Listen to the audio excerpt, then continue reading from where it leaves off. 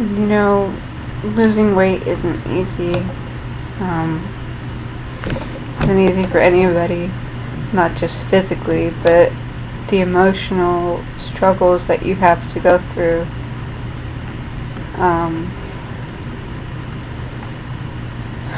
I think that's the hardest thing right now. Dealing with, it forces you to deal with everything that you put away, that you've ignored. And I think I'll share one thing that I've put away, that I can't put away any longer because I'm not eating bad foods and I'm not overeating anymore. As bad as it is, it's loneliness. Like I said in other videos, I don't really know anybody here. My husband works a lot, so I can't find a job. Both my parents passed away, so I don't really have any family. I have a grandma and some uncles, but we don't talk each week or anything like that.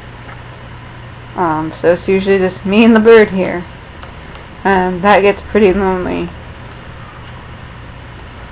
And it's hard for me just to admit that.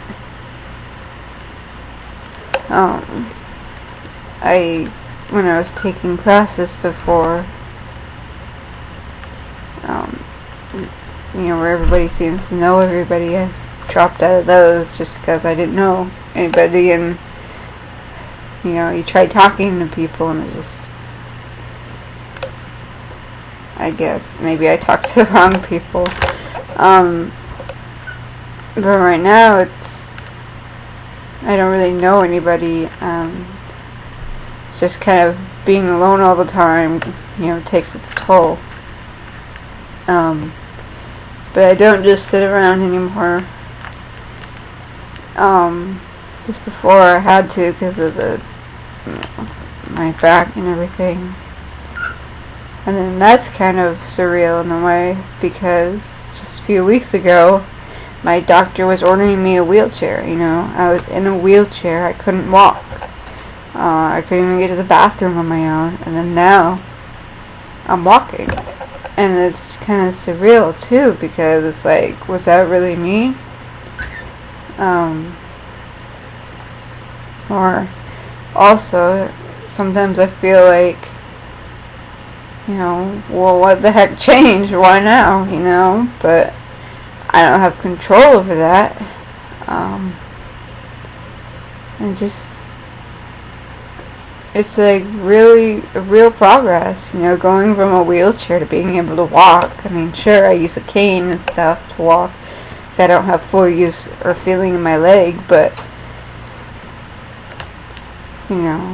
it's just like, wow, a few weeks ago I couldn't do all this stuff, and then now I suddenly can. And it's almost like, well, what else can I do? But, that's kind of thing that got me injured in the first place, pushing myself too hard. And I don't want to do that again. I'm done with all of the doctors and the wheelchairs and everything that goes with that. But yeah, I used to eat a lot of bad stuff because I felt, lonely. Relationship wise, I never got a boyfriend until I was 24, so besides you squirt. He thinks I'm a bird sometimes. But that's pretty tough because, people are dating nowadays when they're like 13 is tough sometimes. To go that long when everybody else is doing stuff was pretty difficult as well.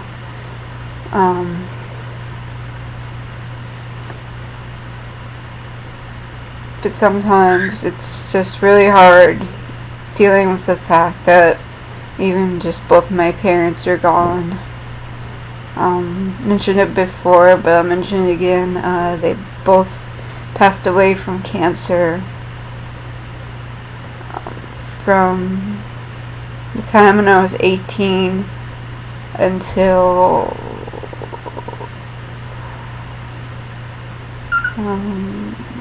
4 years later, my dad passed away. And that was pretty tough. So we were really close. And then just last year, my mother passed away. And then I had some marriage problems last year. I don't know if I'll go into it too much, but I was basically alone there too. And I don't really like holidays that much anymore. It's just a pretty depressing time for me. But last year was a really rough year for me. And, you know, just being alone, it literally hurts, you know. I mean, sure, you can go out to a coffee shop or something just to be around people, but I mean, I don't really see the point of that. You know, I live in a big town. I wish I lived somewhere else, but I can't do anything about that right now. But, you know, sometimes towns I visit and, you know, people seem a lot friendlier than here, but I don't know if that's a reason, but it is what it is. I'm working on the whole loneliness situation, and trying to deal with it, I guess, how you could say.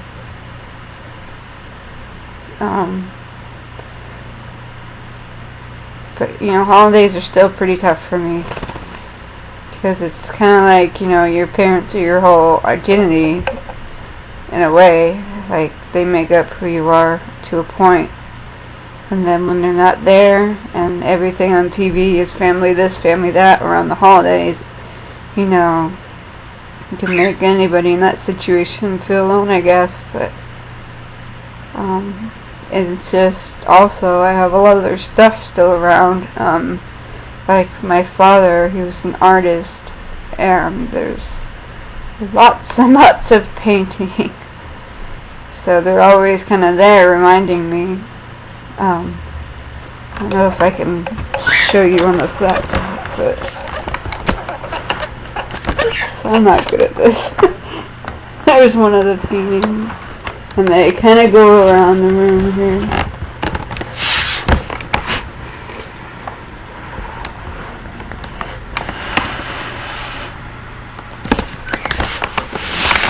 Except that fairy one, that's something of mine.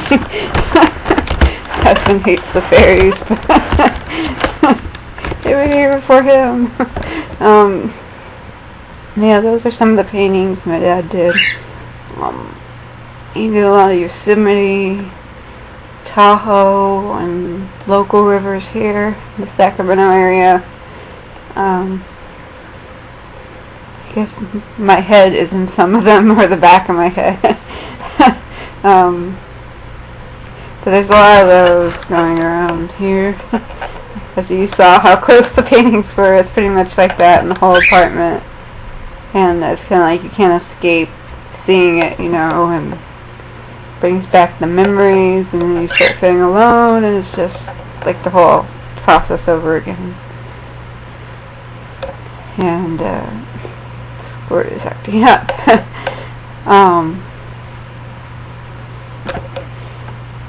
You know, it's just pretty tough to deal with.